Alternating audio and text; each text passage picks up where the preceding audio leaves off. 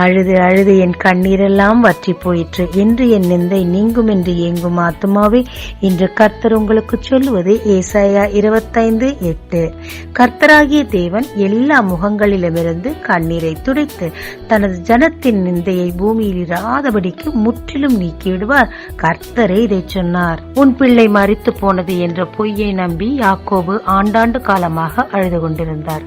தேவனோ அந்த பிள்ளையை மிகவும் உயரத்தில் வைத்து அதன் மேன்மையை யாக்கோபை அனுபவிக்க செய்து அவர் கண்ணீரை துடைத்து ஆறுதல் படுத்தினார். ஆமாங்க, நெடுநாள் நிந்தையால் அழுது கொண்டிருக்கிறீங்களா?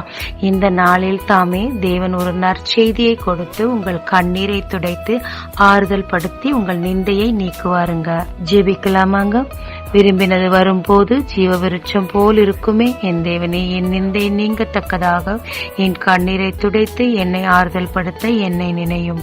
இயேசு மூலம் பிதாவே, ஆமென்.